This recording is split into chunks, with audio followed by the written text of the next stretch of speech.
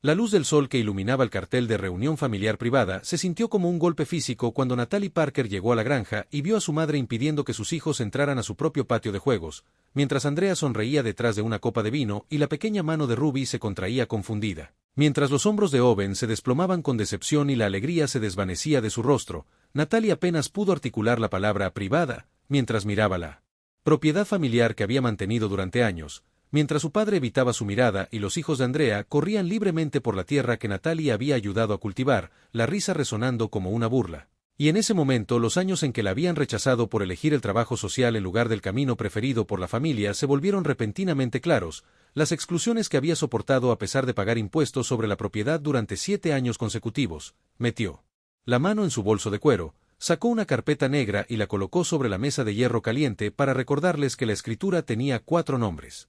Su padre la miró con desprecio y la acusó de aferrarse a los documentos por lástima, ignorando sus aportaciones económicas.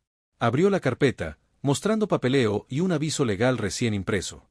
Con calma, les informó que la casa de campo había sido transferida a un fideicomiso 3 semanas antes, excluyendo a quienes no habían contribuido económicamente.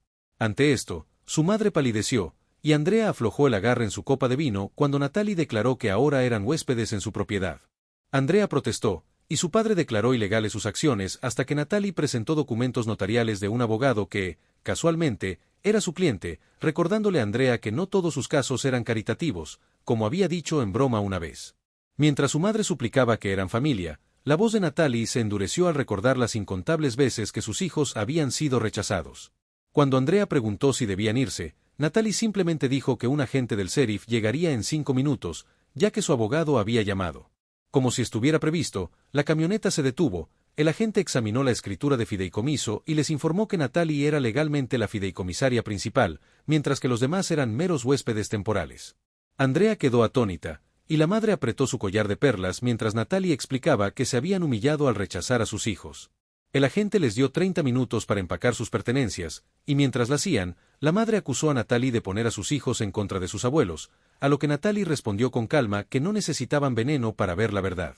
Andrea insistió en que las acciones de Natalie arruinarían su reputación, pero Natalie replicó amablemente haciendo referencia a los impuestos pagados, los techos reparados y las emergencias atendidas durante sus vacaciones.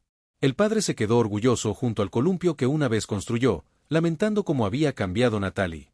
Pero ella le aseguró que finalmente estaba viviendo con fortaleza, no con sumisión. Al atardecer, se marcharon en su todoterreno, dejando tras de sí una nube de polvo. Ruby preguntó si volverían, y Natalie solo respondió que si recordaban cómo tratar a la familia. A la mañana siguiente, por primera vez en años, reinaba una atmósfera de paz en la granja, libre de tensiones, risas y condescendencia. Mientras Natalie recorría las habitaciones, ahora despejadas de viejas fotografías, sintió que el lugar volvía a respirar. Más tarde, su abogada, Vanessa, llegó para confirmar la seguridad de los documentos y le preguntó cuáles serían los siguientes pasos.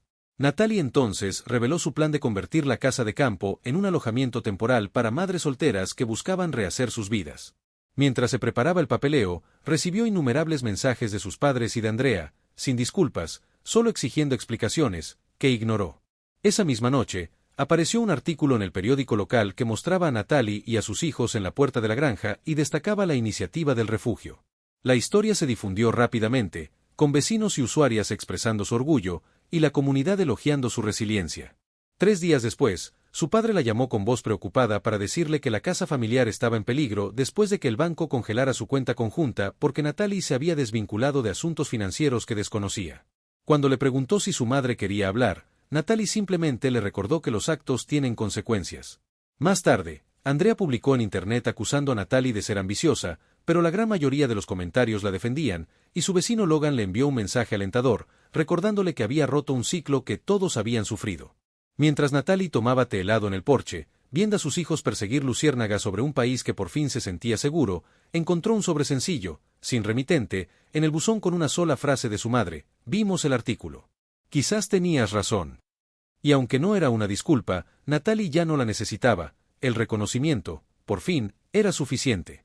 Una semana después, les dio la bienvenida a las 3 primeras mujeres a la ahora luminosa y tranquila casa de campo, entregándoles las llaves a una joven enfermera con gemelos, a una estudiante universitaria que reconstruía su vida y a una mujer reservada que dejaba atrás un matrimonio abusivo.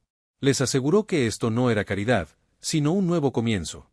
Mientras se instalaban, Natalie sintió la brisa recorrer los campos, transformando una casa antaño llena de prejuicios en un lugar de segundas oportunidades.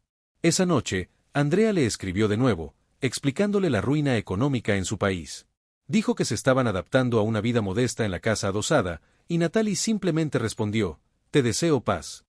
En la cena, Vanessa brindó por los límites que construyen en lugar de destruir, y Logan apretó la mano de Natalie, diciéndole que había reconstruido su vida en vez de buscar venganza.